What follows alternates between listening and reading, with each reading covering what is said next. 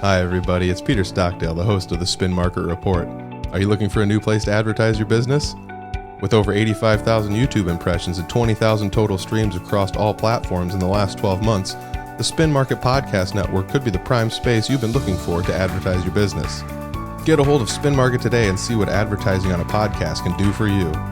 Visit www.spinmarketwith2ks.com or email digitalagent@spinmarket.com for more information.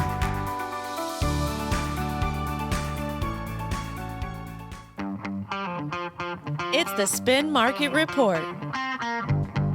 Here's your host, Peter Stockdale. Hey, it's the Spin Market Report, everybody. We are back with another episode. I'm sitting down today with Cheryl O'Hearn. This is almost like a reboot of the Spin It podcast that you guys used to have. Exactly. Which actually was a great podcast. You can go through, I think almost all of those are available basically anywhere you listen to this. So if you're looking for some good marketing tips, a lot of it still holds true. But it's amazing how some of it has changed already so quickly. And that's where businesses seem to falter the most, is not being able to keep up with all the changes. Yeah, I mean, I can speak to that for sure, because there's things that worked, like you said, 2 years ago, and they worked very well, but if you didn't change with the times, it might not work almost at all to an extent, you know. Or it's counterproductive because you have something else that you're using that replicated it or is better or whatever it may be. And the algorithms have changed, as you know how when we're discussing how the podcasts are doing and all the changes that YouTube does and how they qualify things. And I mean, it's mind blowing. It's pretty wild, like just simple stuff like if you put a clip that's under 3 minutes, here, and then it works really well, but then 2 years goes by and it's like that clip's going to be seen by 6 people at best, and you're better off making a reel, or something like that. So we're going to go through, I printed off a few topics here. Maybe we'll bounce these back and forth to one another, but we're just going to go through a few topics of digital marketing and see what kind of things we have to say about them. So emerging trends is the first thing. So what are some of the biggest emerging trends that are shaping the future of digital marketing right now? Well, number one would be AI. Yeah, for sure. AI for sure.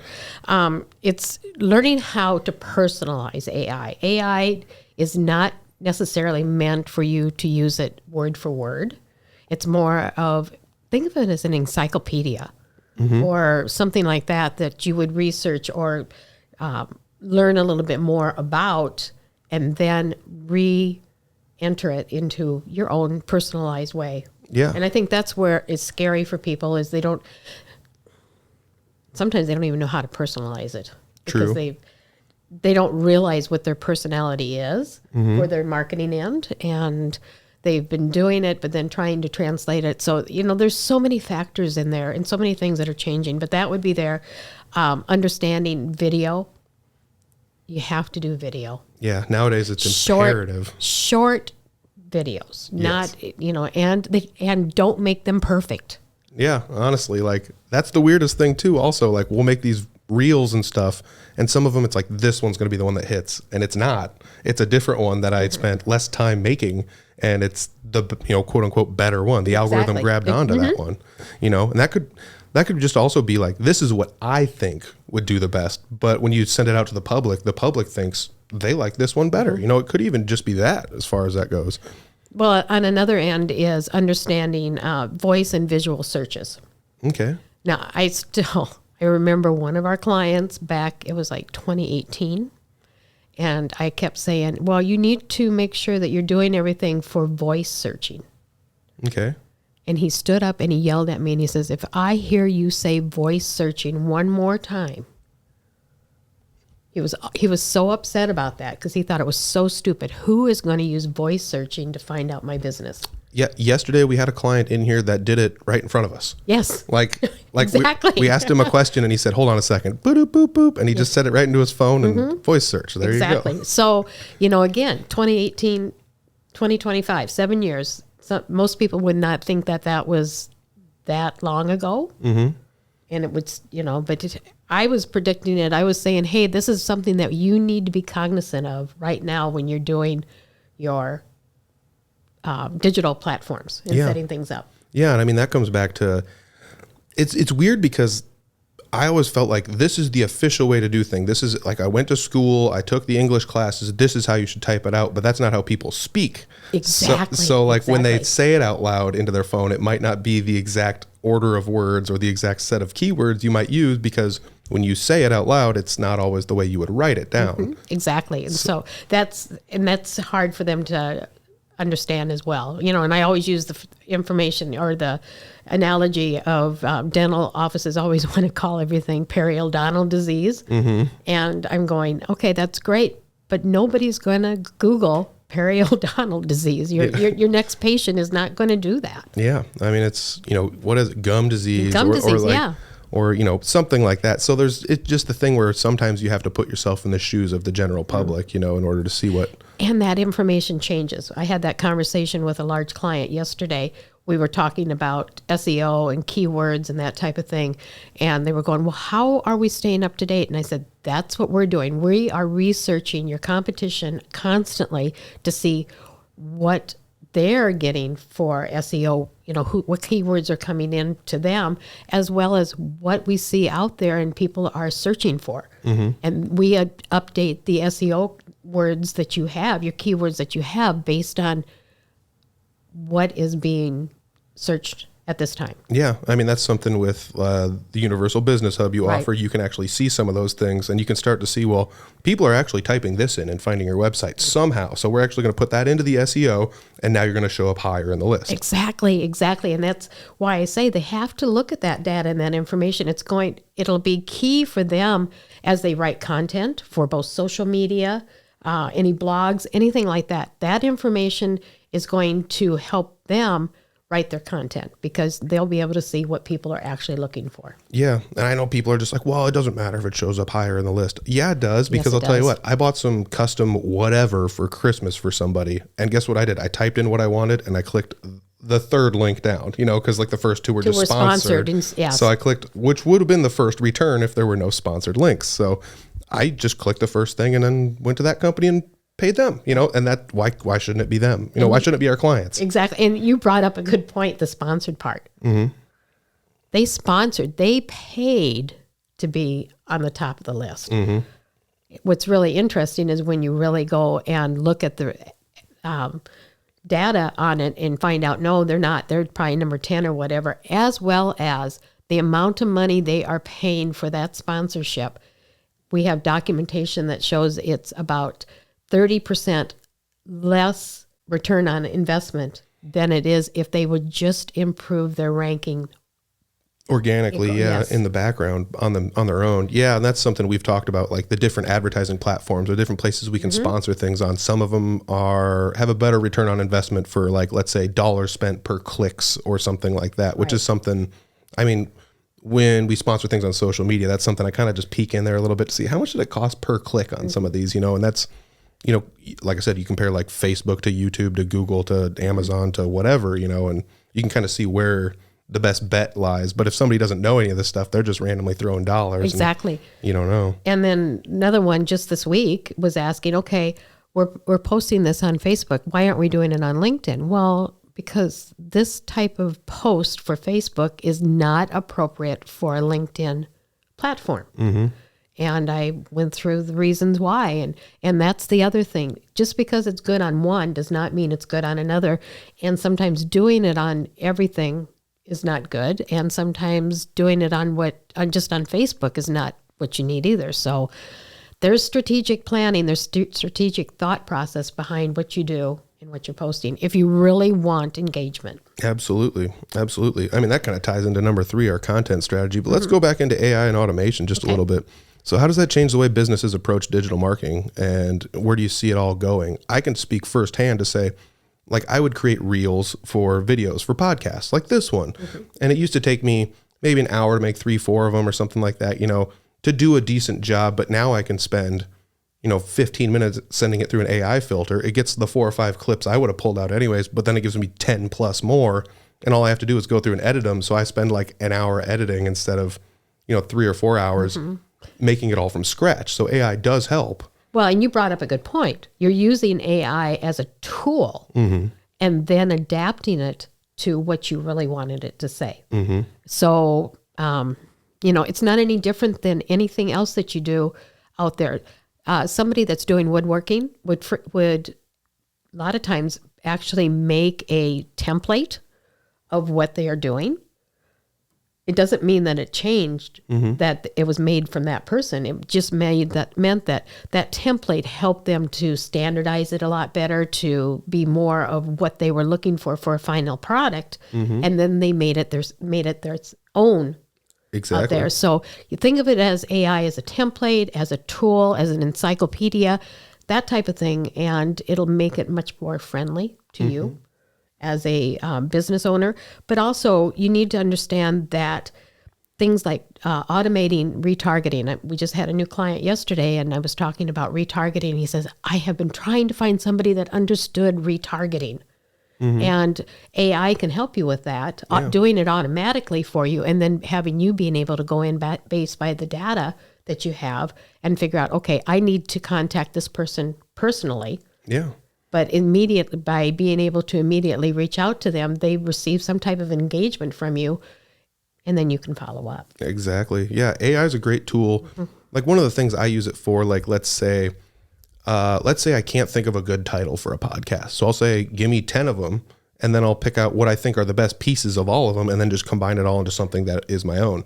So again, it's not like I couldn't come up with the idea, but if I was to like go around the office, be like, give me 2 ideas for a name on this, you give me 2, you give me 2, and then I'll combine all those. It's easier just to go to AI. Can't you just see everybody slamming the door the minute you walk by? They're going, no, it's Peter. He's going to drive us nuts with it. And when you're doing, 3+ podcasts a week, it gets to be a little cumbersome to kind of try to think up these new titles for everything. So, I mean, that would be one way to do it, but like AI is great. It works out of the box, but there are ways to perfect it and make it work better as well for you. You can program it. Yeah. I tell clients that all the time. Okay, what do you want it to do? Okay, great. We'll program it to do that. You're kidding. You can do that? Sure. You can, have it do general, but you want to be more specific. We can go in and program that. Bingo. Like our Universal Business Hub, that can save a business 40 hours a month. So basically, one whole week of a admin person or somebody in the social media doing the marketing, that type of thing, it can save them 40 hours and be able to do more creative things outside of maybe something that was really tedious. Yeah. And I think the coolest part about that was we learned in a meeting, well, I learned, I guess you probably already knew this, but they use the basic skeletal form of what ChatGPT is, and then in the background, they modify it. And then we can go in and modify it even further. So if somebody's, like you said, lead retargeting, so you can retarget somebody that like, oh, we tried to reach out to this person. They didn't get back to us. Let's reach out to them again. Or did we even reach out to this person in the first place? Just actual targeting in the first place. So there's a lot of fun stuff we can do on our end. And again, you can think of it nothing more than having a list of tasks that you need to do.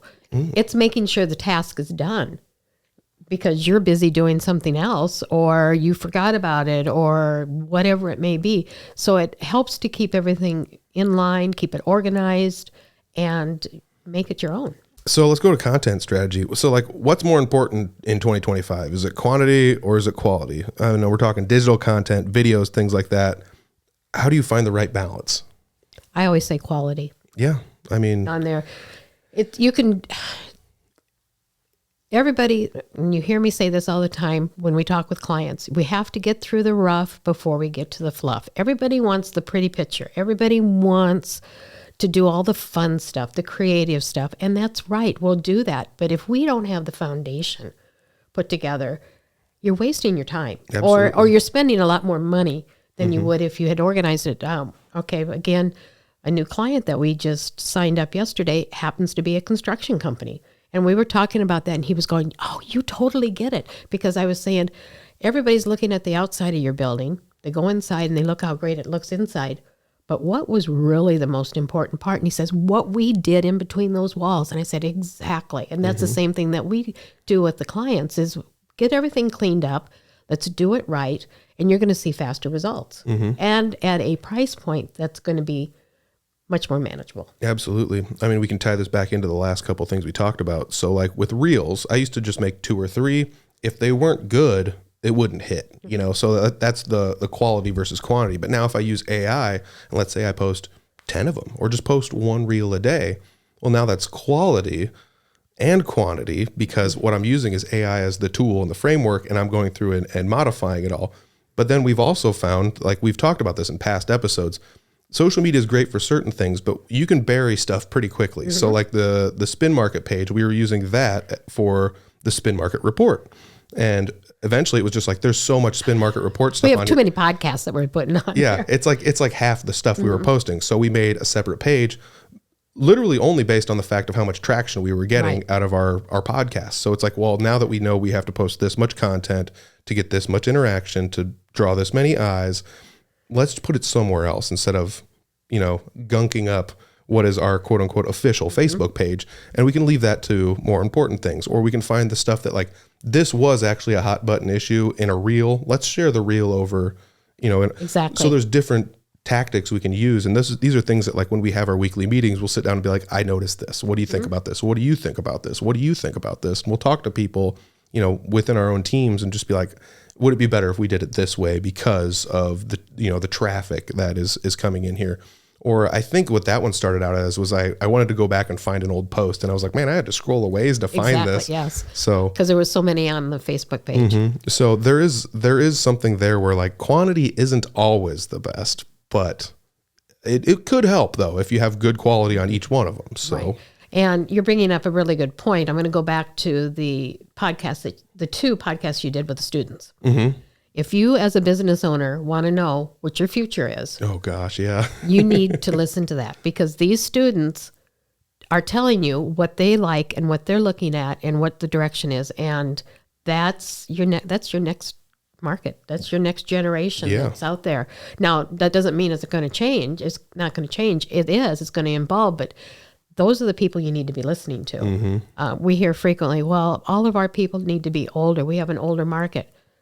Well, I get that, but why can't we add a younger market into that as well? You can still target the older market, but we can add some new things on there that would bring in the newer market or the younger market. But the other thing that was interesting from that one was the number of students going back to the post that got lost, because there were so many, the reel that got lost. They said that they'll look at, there's so much noise in the social media world. They may see something that sparks their interest. And what do they do when they do that? They'll go to the profile and then click the link. And the link is the website. Exactly, the website. They were over and over again, students were saying they trusted the website, and that's where they went if they were really interested. Yeah. And the crazy thing was so many of them said, well, if I go there and the website doesn't look good, or it's non-secure, Or it says or it doesn't not look, secure on the thing. or it hasn't been updated in 2-3 years, they're just like, I don't know. Maybe Exactly. maybe I just won't buy anything from this. And it's crazy because it's, like I said, it's from the mouths of babes right there. Like it's the next generation of possible clientele or customer base for some of these people. So they're on it for sure. They know what's going on. So let's talk about some evolution. So we got search algorithms are constantly changing. That's something we touched on a little bit earlier. But what are some of the current best practices for SEOs? Or like how can businesses stay ahead? Is that something that using, like I said, some of our Universal Business Hub or some of the softwares that we have at our disposal, is that something that they can use? You bet they can use any of those, but they also need it. Again, those are tools. They still have to do the work. Something in there, even if they use AI or whatever to, as we said, help create the content. They still need to personalize it. But what they need to really think through is align their content with what our current searches, their SEO. So they need to make sure that they are user intent when they're doing that, that who is going to actually be looking for my products and services, how are they going to be searching for them, and how are we going to provide that information and use the right terminology, the right keywords, the right content. Yeah. I mean, that's something, again, you could use AI, but it might just say like, this would be the best, but it's like, it doesn't actually go through it doesn't always go through and see like, what have people been searching for? It just said, this could be some possible keywords for you to use, and then that's where you have to come in on the back end and say, well, what have people been using and what does AI tell me to use? And can we pick the best out of each one and combine them to get better results in the end? So, well, and then taking that as well is making sure that whatever you're posting is fast loading.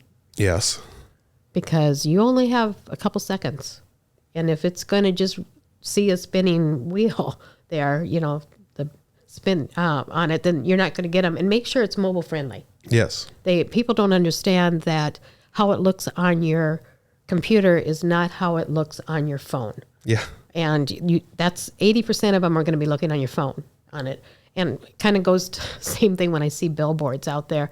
Looked really great on the screen, and then they go and put it on a billboard. Too many words, pictures too small, those type of things. You have to think about where it's going to be at and who's going to be seeing it and how they're going to be seeing it. Absolutely. Yeah, I can definitely say making things mobile friendly helps out a lot. I used to just be like, I'll just sit here and wait. I'll watch the video. I want to watch the video. But now I'm just like, scroll.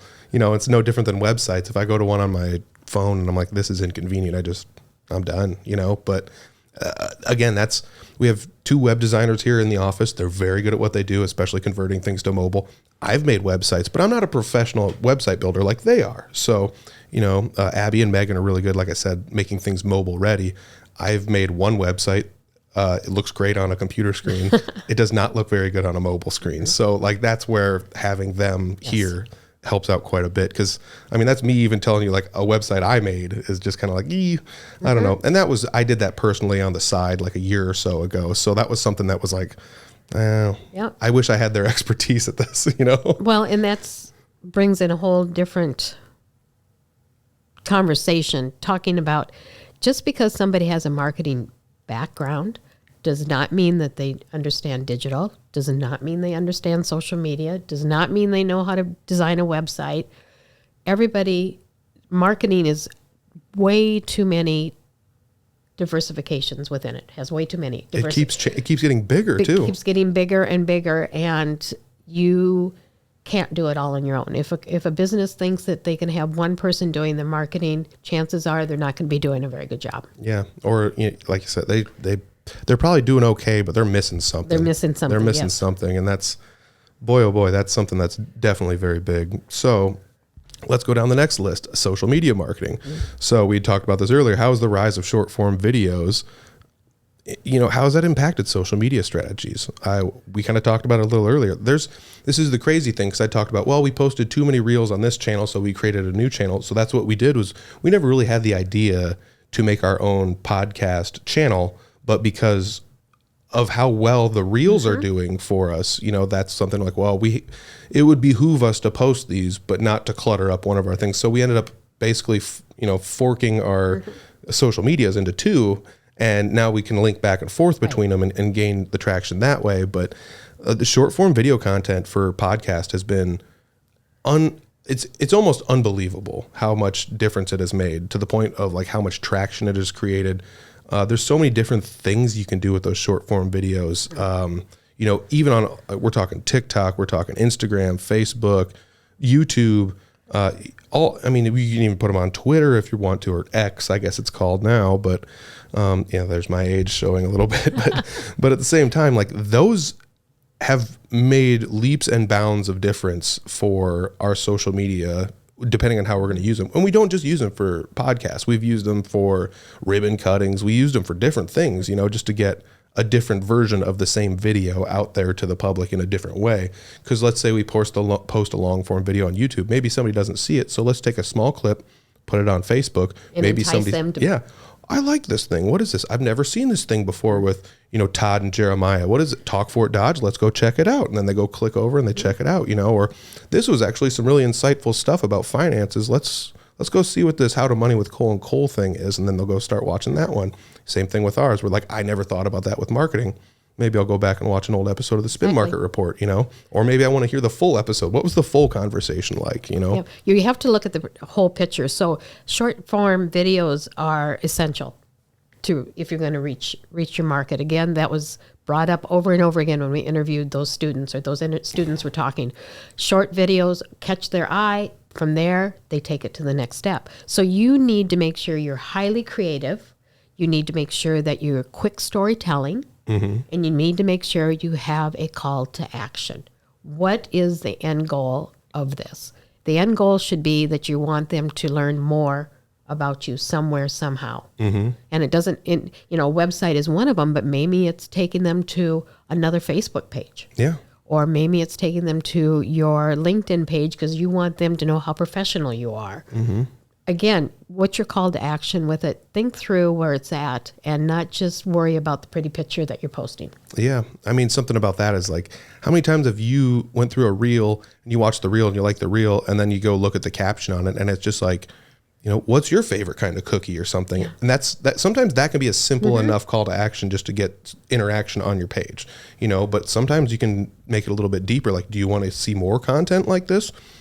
Click this link. It could be something like that. So there are different ways call to actions can benefit you, especially in social media, because social media alone is so cumbersome because there's 4 big channels that everybody uses for the most part. And each one's different. And they're all very different.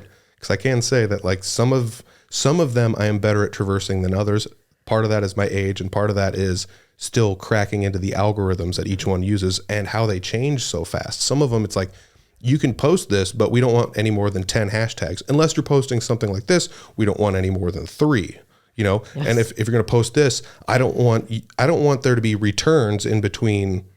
I don't want there to be paragraph hashtags. It has to be one line. So there's different things that work better, and those are things that like we can test out for you and see what works better for you.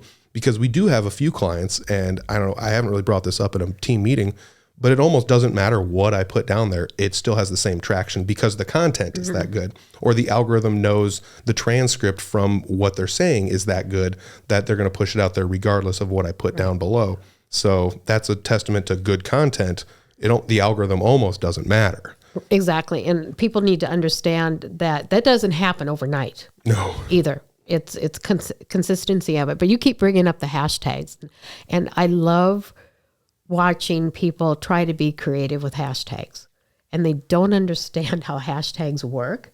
So if it's a hashtag that has less than 1,000 times that it's ever used, yeah, that's okay a little bit, but you better have some other hashtags on there that have much more dynamic usage. Yes. Yeah, hashtags are a goofy one because, like, let's say you use a hashtag that has 1.9 million uses. You might get lost in the translation if somebody goes over and searches too much. The hashtag. Might be maybe too much. Yep. So I've been, that's something I always try to do. Is like, let's pick a couple niche ones, let's pick a couple broad ones, and let's pick a couple in the middle, and we'll see which ones pull in. Which ones people actually find us through. Hashtags are really fun. I want to say they're like kind of an antiquated thing. They were from social media maybe 10, 15 years ago.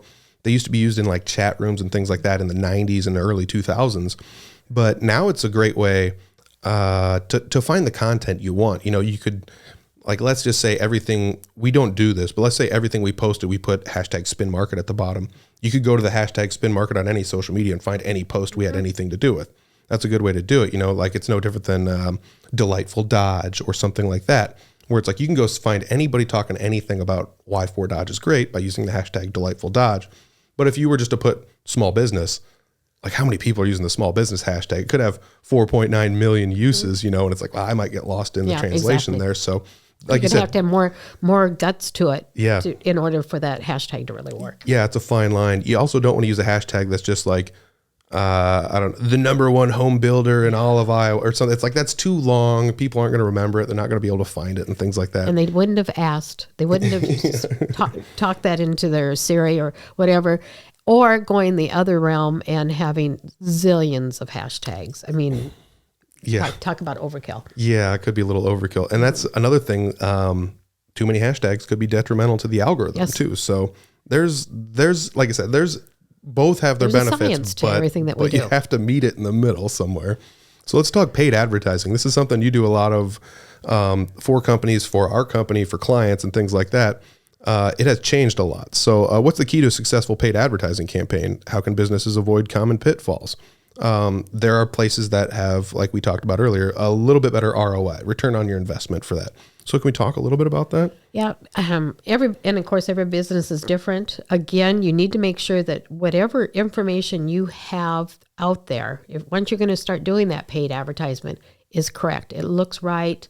It has all the information correct. All of that needs to be there before you start paying for advertising, because you want them to go to different places to look at your stuff, and you want to make sure that it's quality across the board. Mm-hmm. So you need to make sure that you have all your ducks in the row and then start marketing.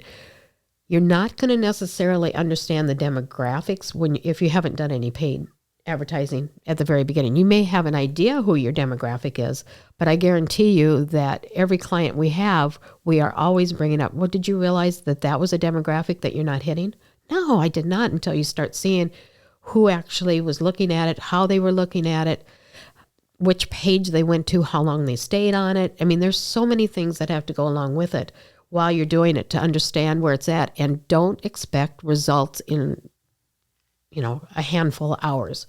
It needs to be there. It needs to, the algorithms, and people are probably tired of us already saying algorithms in this podcast, but the algorithms have to start working and understanding. And again, we may not have called paid advertising or as a AI driven type of a thing, but that's what algorithms are basically, is AI in some ways, because it's coming up with what is that, who's looking at this, how are they looking at it, who is really our market. And then it could be based on your service. One service is based on, and as an example, a client that we have that I said, there's not very many men using med spa type places in the area. Why don't we market to men? Yeah, find something that'll trip their trigger and say, I'm actually curious about this. And two things would happen. If the wife is looking at it, or the spouse, the significant other is looking at it and saying, oh, hey, did you know that this med spa specializes with and works with men? No, I didn't know that. Maybe you end up with 2 for 1. Yeah. I mean, we actually had somebody from a med spa on here, Jordan, and she had talked a tiny bit about that, how there's some things they offer that are geared mostly towards men. Yeah. It's not, So getting yourself outside of all the other ones out there, maybe that's what you need to do initially to get you out there and think about it differently. Absolutely. So let's say we did some paid advertising, we're doing some social media marketing, we got a content strategy down, we found some trends, we're using AI all the way down the line. What are some of the most important metrics to track all this digital marketing stuff? All these campaigns we're using, everything we're doing. How can these businesses measure ROI effectively?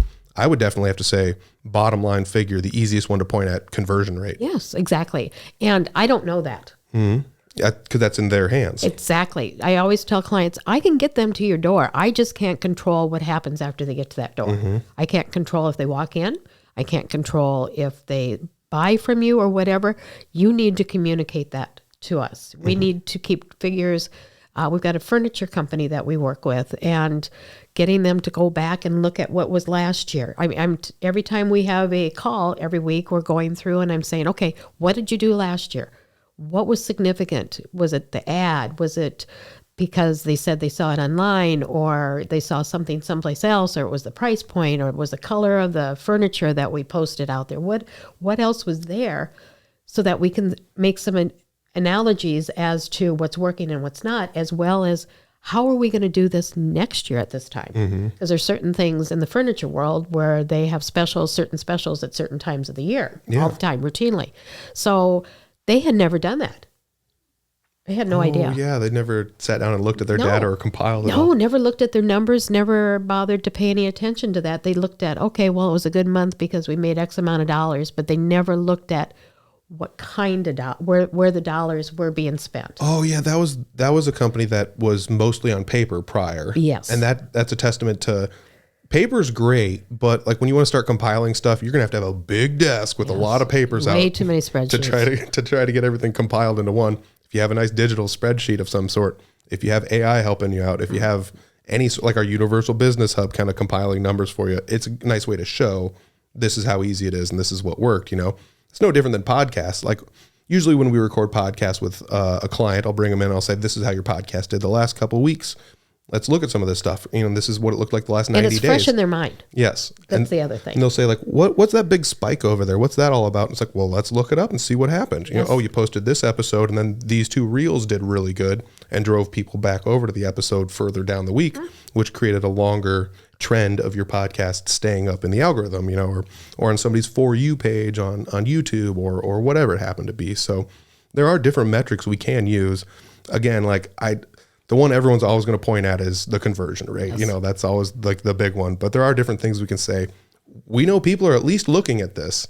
And if they're not getting to you, we need to figure out why. Right. And that's where the communication back from their end says, oh, we saw these people, they came in, they've got something, and that's how we know what we're doing is working, so. Yeah, exactly. And looking at the content. So it could be A and B testing. So I've done this before where I've shown a client, okay, here's this picture and here's this content. Here's the same picture. I just cropped it different. Mm-hmm. So nothing is different other than this one here is the full picture of the upper part of the body and his face and everything. The other one is more focused on his eyes. Mm-hmm. Guess which one did better? Probably the one with the eyes. Yes. I took a psychology class. You can tell a lot about somebody's emotions internally by just looking at their eyes. Yes. So that's probably what they're doing. Yeah, exactly. Exactly. And everybody's going, it was the exact same picture. It was just that we cropped it. And I said, okay, leave it alone, see what happens. And hands down, the eye one always wins. Yeah, there's really fun A/B testing you can do on social media. I haven't done a ton of it, but you can do stuff like exactly like you said. We'll post this picture. We'll post this picture. This will be the A caption. This will be the B caption. Switch them out halfway through the week and see what happens. Show the A to some people and the B to some people, and we'll see which one does better. And then you can turn on, okay, we're just doing the B one now. Just turn the A one off because this one's doing better. It works better, or something like that. So there are some fun other little like metrics you can do. Again, the Universal Business Hub that we have that's available to clients is nice because it puts it all in one place. It does get kind of cumbersome when you got to go to the Meta Business Suite and then go to YouTube and then go to your podcast services and then go to, all down the line. Let's compile all of these. And it's like that gets to be a little cumbersome. Show it collectively, all of them, how it's doing across the board, and then how it on each of the platforms it's individually doing. Yeah, if you guys are curious about the Universal Business Hub, give us a call. There's a little ad that'll play with our phone number in it. Otherwise, it's down below in the description, or just go to our website, find it, spinmarket.com. So we got a couple other topics here. So challenges for small businesses. We deal mostly with small and medium-sized businesses. We've done some things for what I would definitely call large businesses, but it's mostly small and medium businesses. So what are some of the biggest challenges for small businesses? Because that's honestly what most businesses in small towns are, small businesses. So if somebody wants to enter the digital marketing space, how can they overcome some of these challenges that they're going to face? Well, money is always number one. Mm-hmm. And it's like anything else. They'll spend a lot of money on remodeling or whatever is there and then have nothing left over for marketing. Mm-hmm. Both are important, but somewhere along the line, you need to understand that you have to spend money for marketing. And then because the majority, and especially in our case, you don't actually have something that you hold or feel. People will listen to a radio ad or listen to a TV commercial or whatever. All of those are good. But the problem is what was the market that you went to with that? Mm-hmm. What are you doing? Don't put all your money into just a radio ad. Don't put all your money into just a TV ad. Mm-hmm. What are you doing along with it to support that? Mm-hmm. And how are you doing it efficiently? And that's why we always tell everybody we need to make sure the foundation is right so that whatever money we're spending, we can track it and we can get that information. And then how are you retargeting them? Mm-hmm. It's not one and out. Yeah. You need to go back. So if that market, if a certain geo area is being more receptive to your marketing than what another area is, slow down in the area that it's not and go after the market that's there. Yeah. I mean, retargeting is very important because imagine you're a restaurant. Well, they came in and ate once. That's all I needed. Thanks, guys. Yeah. Like, no, you want them to come back, so that's, again, that is also like the marketing could bring them in, but the company themselves, they have to follow through. When they get through the door, that could be where the other challenge might lie. Another thing is, this ties into something we talked about earlier, is like the return on investment. Some people think it's going to be instantaneous, but like imagine you put, and I'm not going to dog on anybody here, but let's say you put an ad in a paper. Do you expect there to be 1 million people at your door the very next day after the paper comes out? Some people do. You might have to put it in there a few times so people always see like, man, whenever I turn the page, I always see this giant logo for this company that I want to check out. The next day they get the paper again. They're like, there it is again, billboard, same deal. Reputation. Digital marketing. We found social media sponsoring to be very, very good for this as well. So like you're scrolling down your thing and oh, there's this company. I was actually looking up tires the other day, and there's a tire company here, or whatever it happens to be, you know. So there are things that we have to remember, that like these campaigns could take a while for them to really start to sink into the general public, you know. Could take a couple weeks, could take a month.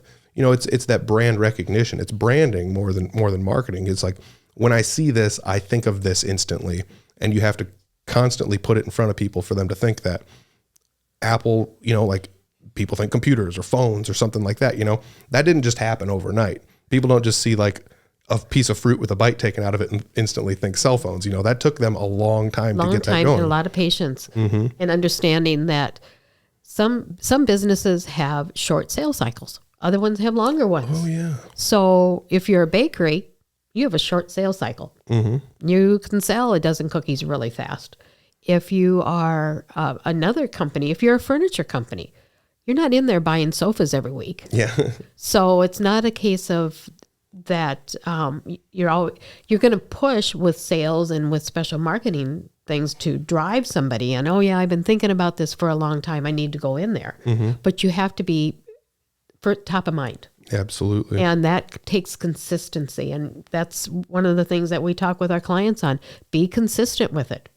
You know, if you're doing a podcast, have it come out the same day every week. Yes. Make sure it comes out about the same time every time. Make sure it's... Because someone's going to be looking for consistency. And if they don't see it, they're just going to, oh, it's not coming out, I guess. Well, maybe they're never coming out again with another episode, you know, and that happens. I mean, that people will just walk away because they just don't think it's going to be there anymore. And if you say you're going to be somewhere at a time, you probably should be there, you know. And don't be afraid to repeat stuff. Oh, yeah. Out there, because it's repetition. Okay. Let's take the Yellowstone. Okay. How many times have they repeated stuff over and over and over again to get people, to make it be the show that it ended up to be? They not only kept constantly, so 2 months before they send out an episode, you start seeing things about it 2 months ahead of time, so that you're going, oh, well, I need to put down whatever day it is that this one's starting, the new episodes are starting. Use that as an example. Don't be afraid to repeat it. Everything they do on all their stuff is repeated over and over again, and that's been the success. Well, plus people have really enjoyed it, but that's an example of. And you'll see that frequently with any TV shows. If, CBS starts in June promoting their fall programs. Yep. You need to understand that too. So when you're being strategic, if you aren't in August of the previous year starting to plan your next year, you're already behind. Absolutely. You need to be planning. Yeah, I can definitely say from the podcast aspect, asking people to subscribe, share, follow. Don't be afraid. Yeah, I understand people are like, I don't want to seem like I'm just out there kind of trying to shill this stuff, but like, forget that. Yeah, it's your business. It doesn't sell it. Yeah, it doesn't make sense to have 70 episodes and be like, well, in episode 24, I asked people to subscribe. I'm not asking again. It's like, well, you've had 50 episodes come out since then. That's a year's worth or 2 years worth of content. If you're doing every other week, you might want to ask people to subscribe again. And it doesn't hurt. I remember when I was growing up, there was one show I watched every week on YouTube, and that one of my favorite parts was listening to the guy go, follow me on Facebook, like me on Twitter, subscribe on YouTube, and it's just always like it was to the point you can repeat it after. I still know it, and it's been 10 plus years, and I still know exactly what he would say every time. So that's stuff where it's like that got burned into my head. And guess what I did? I subscribed, I liked, I followed, I bought the merch, I did all this stuff. I like the content, but had he not said that, I might have just been like, all right, yeah, this is funny. I'll check it out in a few months and see what I missed, But if you subscribe, then it just pops up right there for you. Don't be afraid to promote yourself. Absolutely. Just if it's nothing more than leaving your business card. Yeah. We've had clients come in and say, well, yeah, you gave me this a year ago, and it's been sitting on my desk, and I finally decided to come and see you. Yeah. So, we get it too. Yeah, you got to be top of mind. Yes. And that's, again, like business cards are not digital. They still work sometimes. So it's worth it to mix the strategies. Digital business cards are great too, but sometimes the paper one. So that brings up a really good point. Don't use just one thing out there. Don't be afraid to duplicate. So you do have an actual business card that they can hold on to, But you can also give them a digital card by tapping their phone or whatever Yep. on there and give them, so then they know, okay, if they need to, they can contact you right away on their phone, or if they just walk by their desk and see your business card, oh, I've been waiting to give that person a call. I'm going to do it now. There are actually physical cards that you can blend into digital both, and yes. tap them in, so it'll just take you right to the social medias or whatever. So those are cool too. Lots of tools. It's worth it to use all of them. Last question we got on here, building an online community. So how can businesses foster genuine connections and engagement with their audiences in an increasingly crowded digital space? We talked about it earlier. Social media and digital spaces can be cumbersome if you put too much stuff on them. But one of the things I think I like the most about this is, again, asking people, did you have a good time? Did you enjoy the service? Is this product good for you? Can you leave us a review? How many times have you gone somewhere, you looked at the reviews and you're just like, nope, not for me, because the reviews, Younger ones, that's exactly what they do. the reviews matter. I mean, I almost bought something recently online and I was just like, this has 3 out of 5 stars. And then you start looking through it and you're like, I'm going to go look somewhere else for something else, and I found something else that worked that had more stars, and that's no different than any of this. And that'd probably be one of the first things I would say is like those genuine connections you can have with people could be as simple as them leaving a review. Exactly, on there. And then other things that you need to think about are sharing stories about other people, other businesses, whatever. Had this conversation with another client, a big egg client, and talking about, okay, we need to work. You've been really, we're getting things cleaned up, working on the social media side. We're getting that going, getting people liking and sharing it, but we're not getting additional followers as quickly as what we should. We need to go out and increase our followers. So how can we do that? Well, why don't we start going and including information about other businesses that you work with? Because that's a whole nother crowd. I love that. And that's what we're doing now. And within just 2 weeks, we already started seeing an improvement because we were sharing stuff that this individual business was doing. And they started sharing our stuff. In just 2 weeks, we already started seeing an improvement. So going in and learning how to share reliable stories and reliable businesses that you work with, share their stuff, show it out there. If you're a company and you're need to have your employees following and liking and sharing, because each one of them has a different demographic that you're pulling in. So that's one really important thing. What you're talking about is something I never really thought too much about until last week's episode of the podcast when we talked to Chanel with Country Oven Home Bakery. She brought up, I asked everyone the same question. Can you name a time in your life where marketing impacted you? You possibly didn't realize it. And she talked about business to business marketing, which is something I was like, I always just think you're marketing to the client. You could be marketing to another business because you might need to partner up with them to produce the thing you need to produce. Or maybe sell it in their store. Yeah. I mean, one of the things she talked about was like, I make this bread. Everybody loved it. And then this flour company came by and said, we make flour.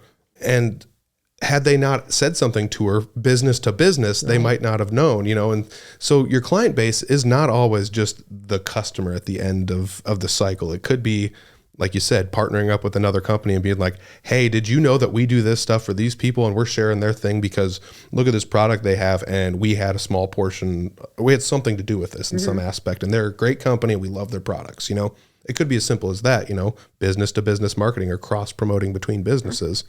It's maybe a touchy subject for some people because they don't want to reach out to another business and do that. But sometimes it's nice to just organically go out and just say, hey, I like these guys. I like this company. I like those people over there doing these things.